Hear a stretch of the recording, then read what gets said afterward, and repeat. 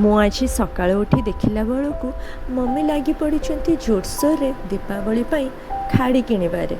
ଆପଣମାନଙ୍କର ଦୀପାବଳି ସପିଂ କେତେ ଦୂର ଯାଏଁ ଗଲାଣି କହିବେ ତ? ନମସ୍କାର, ମୁଁ ବିନ୍ଦୁ, ଆଉ ୟୁଟ୍ୟୁବରେ ଏଟା ମୋର ଡେ 3।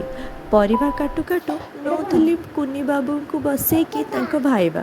ଆଉ ଦେଖନ୍ତୁ ତ ସେ ତାଙ୍କ ଗୁଲୁରି ଗୁଲୁରି ଭଏସ୍ରେ କେମିତି ସବୁ ଠିକ୍ ଠିକ୍ କହିଦେଉଛି।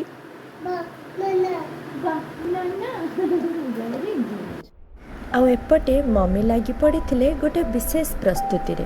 ଆଜି ଖଡ଼ାପୋତା ସଂକ୍ରାନ୍ତି। ଆଜିର ଦିନ ଚାଷୀ ଘର ପାଇଁ ଶୁଭ ଅନୁକୂଳ ମନାଯାଏ। ମାଟି ମାଆର ପୂଜା କରି ଫସଲ ସମୃଦ୍ଧି ପାଇଁ ଲକ୍ଷ୍ମୀ ମାଆଙ୍କୁ ଆହ୍ୱାନ କରାହୁଏ। ଦେଖନ୍ତୁ ମୋ ପୁଅ ତା କୁନି କୁନି ହାତରେ କେମିତି ତା ମାଆକୁ ହେଲ୍ପ କରିବାରେ ଲାଗି ପଡ଼ିଛି। ମୁଁ ଗାଧୁଆ ପାଧୁଆ ସାରି ଆସିଯାଇଥିଲି ଘର ଠାକୁର ପୂଜା ପାଇଁ।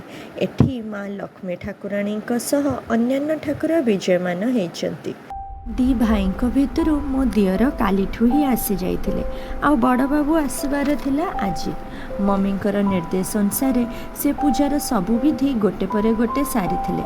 କହିଲେ ଆମର ଏଇ ପୂଜା ଓ ପରମ୍ପରା ହିଁ ତ ଆମର ଓଡ଼ିଆ ସଂସ୍କୃତିକୁ ଆହୁରି ସୁନ୍ଦର କରାଏ, ନୁହେଁ କି? ସବୁକିଛି ସାରି ମୁଁ ଆସିଯାଇଥିଲି ରୋଷେଇ ପ୍ରସ୍ତୁତି ପାଇଁ ମୋ ହାଣ୍ଡିଶାଳକୁ, ଆଉ ଲାଗି ପଡ଼ିଥିଲି ଝଟପଟ ସବୁ ରୋଷେଇ ସାରିବାରେ।